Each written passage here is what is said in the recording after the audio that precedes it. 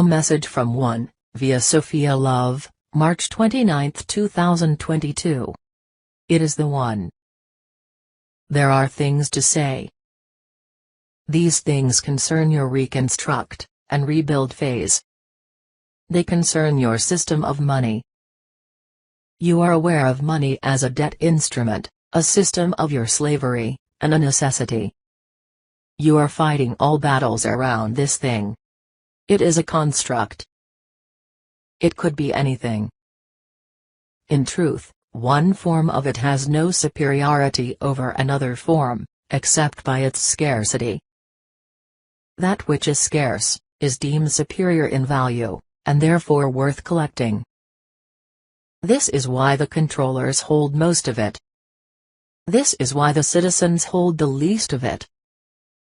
This is why the monetary system is set up the way it is, to favor those who have most of it, while depleting the life force from the rest of the populace as they work to attain more of it. The more money that is attained by any one member of the populace, the greater that money is taxed, and thus returned to the owners, controllers. It is clear that the system is skewed to favor those at the top. It is clear that the system was set up that way eons ago, with royalty, and kingship, and rule, and worship as precursors to rights to gain wealth. The royals and priests are not taxed. They are honored, and paid. Paid through the sweat of their followers. This is how it has always been. Fear is at the base of these pyramids of power. Those at the bottom are told, and thus believe, that it is up to them to pay and support those at the top, whether systems, or royals, or priests, to prevent some fearful thing. This fearful thing has changed customs over the centuries. It's been an angry god, an enemy, destitution, imprisonment, etc. This is why the monetary system exists as it does, and why it is the final stronghold of the controllers. For, although the defeat of the controllers has been accomplished here, the action of their supporters still acts as the driving force for the race. Dismantling it is a convoluted process.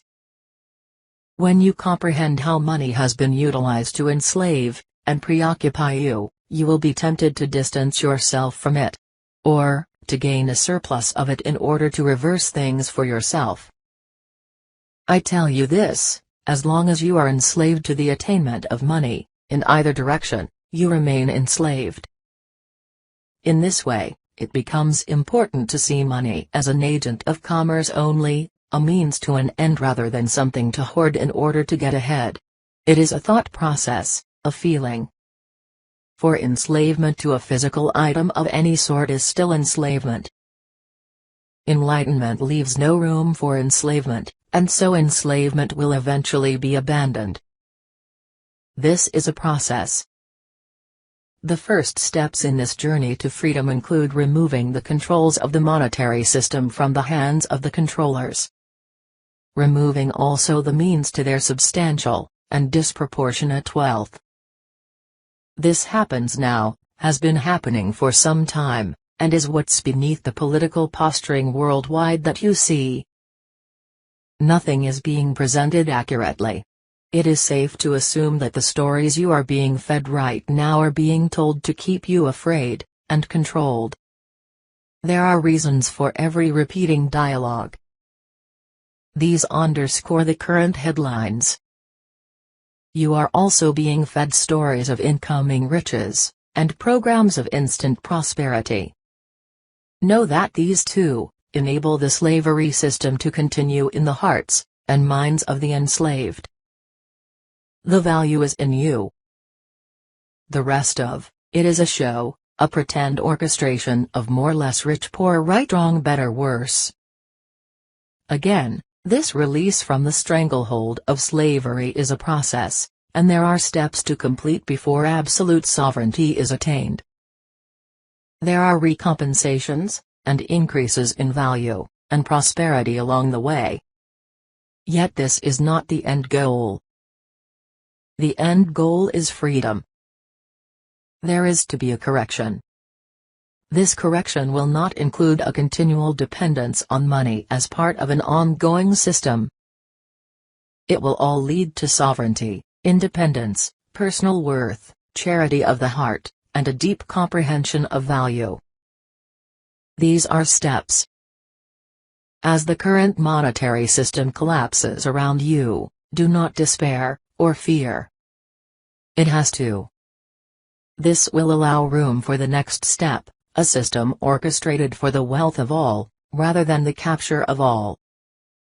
It will be a heady time of prosperity.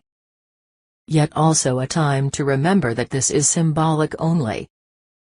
A return, in physical format, of what has been physically robbed from you. These are merely the rewards of the victory. The war has been won. True freedom, however, develops from an inner knowing. It is not granted by any other entity, and it has nothing to do with economics, or bank accounts. These are steps only, my dear human. Your liberation has consequences, and these include the breakup of your monetary institutions. It is intended that the breakup will not harm you physically, but eventually enrich you. I reach you today to remind you that the physical wealth thus attained is not true value, but an indication of your worth. The true value you hold is priceless. When you absorb, realize, and actualize that truth, you are free. That is all. Thank you. Laws enforce these fears, attempting to keep citizens fearful, and compliant, and paying. Copyright 2011 to 2022 Sophia Love, all rights reserved. We are one. This is our planet. We are freeing her now.